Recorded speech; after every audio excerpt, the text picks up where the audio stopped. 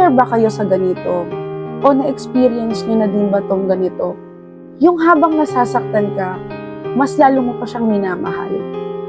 Ang weird, no? Yung habang lumalala yung mga sakit na naibibigay niya sa'yo, mas lumalalim din yung love na meron ka sa kanya. 'Di ba?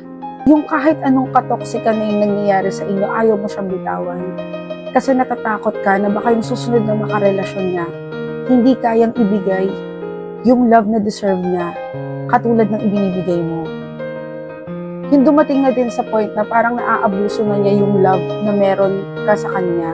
Yung kahit nasasaktan ka na niya palagi, wala siyang pakialam sa nararamdaman mo. Pero mahal mo pa din, no? Well, ganun siguro talaga pag pure yung love and intentions mo sa kanya, dun palang panalo na siya.